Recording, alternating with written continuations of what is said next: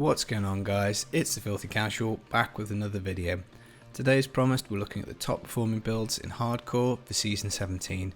Now it takes a lot of guts to risk your character's life every time you set foot in Sanctuary, and I thought the hardcore community probably deserves its own video rather than just being tacked on the end of the last one. If you just want to skip to the list, that's totally cool. I'll put a timestamp in the description and also on screen now, and that will give you a list of all the builds that have cleared GR120 on the leaderboards.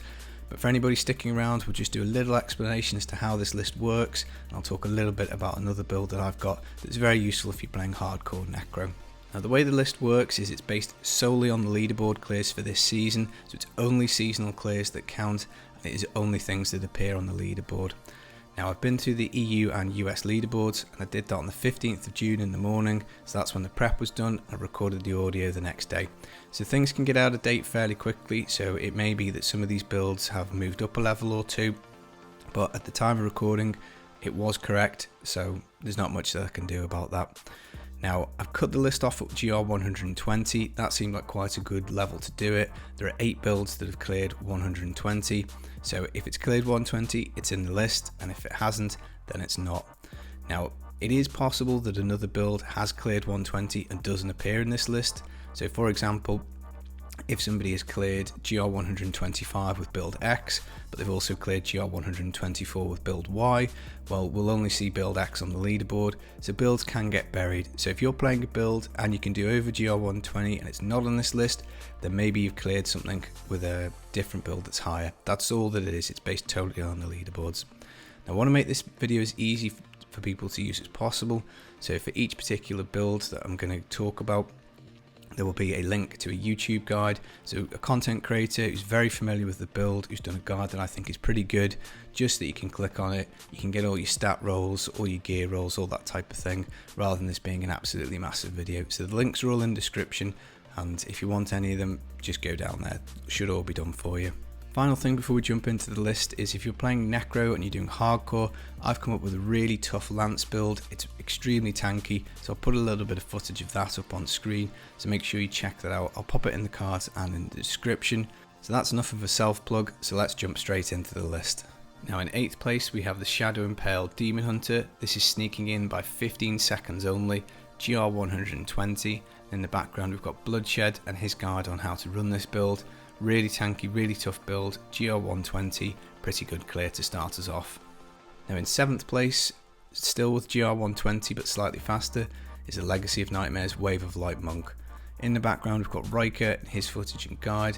Wave of Light has been a staple for Monk for quite some time, so anybody on Monk should be quite familiar with it, but there's a guide there for anybody who's new or wants to check it out. Now in 6th place we have a new entry. This is the LON Cold Lance Necromancer. This has beaten out the mages and it's kicked it off the leaderboard, so this is a new entry in at number 6. There is a YouTuber called Rax who's fairly new, I think. He's done a pretty good guide on the Cold Lance, so I'll link that. And as I say, there's also my guide for the poison variant that's a little bit tougher, but the cold definitely hits harder, so if you're wanting to max the damage then I'd go with that. So in 5th place we have Legacy of Nightmares Dagger of Darts Witch Doctor, and in the background you're seeing Big Daddy Den. He's a really good Witch Doctor player, does lots of really good guides on YouTube, so anything Witch Doctor related, go check him out. In 4th spot we've got Invoker Thorns Crusader, again with 122, but this was a little quicker than the Witch Doctor. In the background you've got Riker and his guide. This is a really tough build, it's generally been fairly high on hardcore boards for quite a while, fairly easy to play I think. So pretty good guide from Riker, so go check that out if you're interested. In 3rd place we have Legacy of Nightmares Rapid Fire. This is done a 122 as well, but with a good 90 seconds, 2 minutes to spare, so I certainly think that this could go up another level as things currently stand. In the background you've got Bloodshed and his guide on how to run it. And in general I'm quite pleased that this build has made it on because it is pretty new, it's new for this season, so it's nice that it's in 3rd spot. Now into 2nd, we've got quite a big jump up to GR128, that's 6 rift levels, that's quite a way, and this is a Thorns Necromancer. So again, Big Daddy Den with a really good guide on how to run this. It's such a huge jump, and I think from looking at the person who'd done the clear, I don't even think they had any augments on the gear, so it's so powerful, Necro Thorns. Obviously you have to get the right rift to be able to complete it, but it is an extremely strong build, and there's something that you will have to check out if you're wanting to get towards the top of the necro board.